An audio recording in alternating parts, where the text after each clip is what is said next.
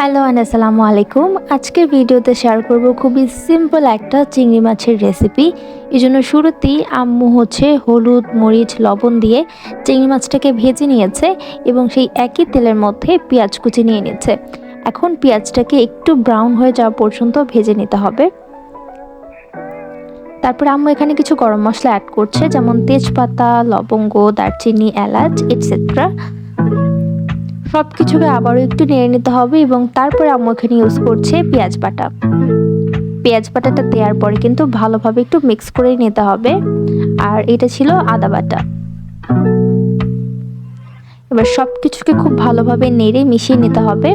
এরপর আম্মু গুঁড়া মশলাগুলো অ্যাড করবে। তাই শুরুতেই এখানে নিয়ে নিল হলুদ গুঁড়ো, মরিচের গুঁড়ো, ধনিয়া গুঁড়ো এবং জিরা গুঁড়ো। এবার আরেকটু সরিষার তেল এখানে অ্যাড করে দিল।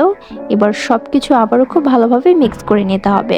মশলাটাকে যত ভালোভাবে আপনি কষাবেন, এটার টেস্টটা কিন্তু তত বেশি এনহান্স হবে। তাই এটা হচ্ছে একটা মোস্ট ইম্পর্টেন্ট পার্ট। মাঝে মাঝে এখানে একটু হালকা পানি দিয়ে আবারও নেড়ে কষিয়ে নিতে হবে। কষানোর এক পর্যায়ে এখন চিংড়ি মাছগুলোকে দিয়ে নিচ্ছি এবং এগুলোকে আমাদের যে মশলাটা কষিয়ে রেখেছি সেটার সাথে ভালোভাবে মিক্স করে নিতে হবে। চিংড়ি মাছ কিন্তু খুবই নরম প্রজাতির একটা মাছ। এটাকে খুব বেশি রান্না করলে কিন্তু এটা একদমই হার্ড হয়ে যায়। তাই এটাকে ওভারকুক করা যাবে না।